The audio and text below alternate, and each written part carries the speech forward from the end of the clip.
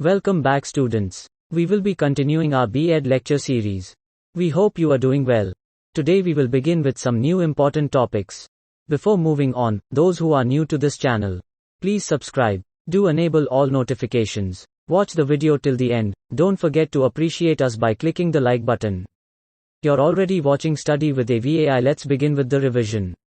In the last lecture we covered all the below topics. Hope you are now familiar with these. Let's move on to the index. By the end of this lecture you will be able to understand all of these. Let's begin with our first topic, which is interface between home, community and school. Common boundary where direct contact between two different cultures, devices, entities, environments, systems etc. occur and where energy, information and/or material is exchanged. An electrical outlet or a telephone jack are common examples of device interface. In technical contexts, interface requirements are governed by standard conventions called protocols, which could be so complex that the interface itself is considered a separate device or system. In the context of computers, three common interface types are I. Hardware interface, consisting of cables, connectors and ports that link devices such as keyboards, mice, printers, storage drives etc. to the computer. E. Software interface, consisting of command codes and messages, called application program interface, that enable different programs to communicate with each other and the operating system. E. User interface, consisting of command line, menus, prompts, dialog boxes, icons etc. that enable a user and computer to communicate with each other. In general, interface means a point whose two systems, subjects, four organizations etc. meet and interact, e.g. interface between accountancy and the law. As a verb, it is to interact with another system, person etc.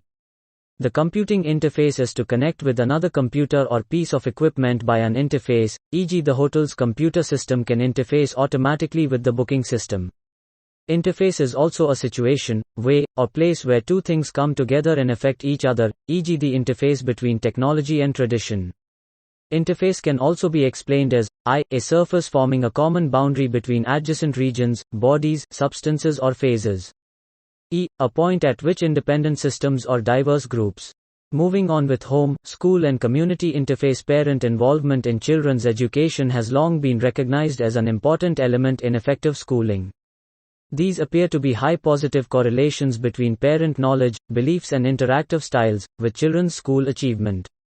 Differences in language and literacy experiences in the home and community appear to have a strong relationship to student achievement in school literacy. It has been suggested by some that specific home literacy practices such as parent help with reading are better predictors of success than other factors such as intelligence. Many researchers and teachers have attempted to explore the links between home and school achievement. Moving on with factors responsible for family to school communication. 1. Go where our parents are. Some teachers use Facebook to update parents about what happens during the school day. Having students post daily updates prompts them to reflect on learning and synthesize information. Instead of delivering a top-down message, social media tools allow for back-and-forth dialogue between home and school. This can facilitate discussions in both large and small learning communities. 2. Welcome everyone. Welcoming words can make a world of difference to families whose home language is not English. A variety of technology tools can help to overcome language differences and engage families. Tools like Google SMS Translate will help you reach out to non-English speaking families who use mobile devices. A family technology might offer the perfect opportunity to introduce these new media resources to the parent community. Encourage adults to bring mobile devices, if they have them. Have school computers available for parents to use too. 3. Being there virtually, a variety of web-based solutions can create virtual windows into the classroom, giving families a better understanding of what's happening during the day.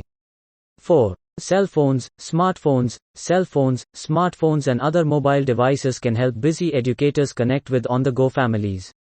Survey tools like Poll Everywhere allow teachers to solicit responses and opinions from parents and help them feel more connected to the classroom. For example, you might ask parents about areas of expertise they would be willing to share with students. The polling interface will look familiar to anyone who has watched shows like Indian Idol. Parents can respond via smartphone, the web or text messaging.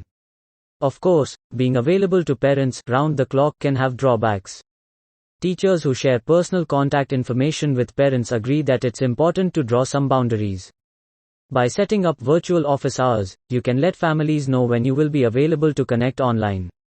5. Seize the media moment. Conversations about educational reform have heated up in recent months, with high-profile documentaries, new books and public forums focusing the nation's attention on teaching and learning. Here are a few ways to seize the moment and encourage productive dialogue about education reform in your community. Host a school film night with a facilitated discussion or an invited panel of speakers to talk about the film. This offers opportunities for thoughtful community discussion. Another way to get the discussion going is to launch a book club for parents. 6. Make reading a family affair. A wide range of early literacy programs can help prepare students for school success. There are many ways for parents, grandparents, and other community members to get involved in building a strong foundation of literacy. They all share a simple but powerful strategy read together. 7. Bring the conversation home. Meeting with a child's teacher can be an intimidating experience for parents, especially if their own school memories are less than idyllic. One strategy for changing the dynamics is to have teachers visit their students' families at home. How do parents get involved at your school? Joyce Epstein at Hopkins University has developed a model describing 6 types of parent involvement: parenting, communicating, volunteering, learning at home, decision-making, and collaborating with the community.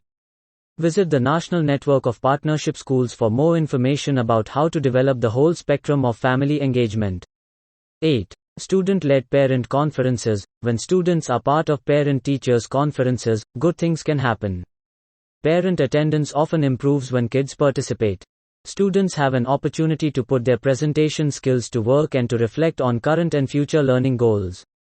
9. Get families moving. Some children are overweight or obese. Many communities are focusing on ways to promote healthier habits. Get in the swing of things by organizing school events that get families moving together. Encourage students to celebrate their favorite parks and play spaces by creating a video. 10. Build parent partnership. When parents and schools build stronger relationships, everyone wins, especially students. But it does not happen without effort. Parents and teachers alike face tight schedules and multiple demands. So now we have come to an end. If you have any doubts, please write down in the comments section. Thanks for watching. Take care.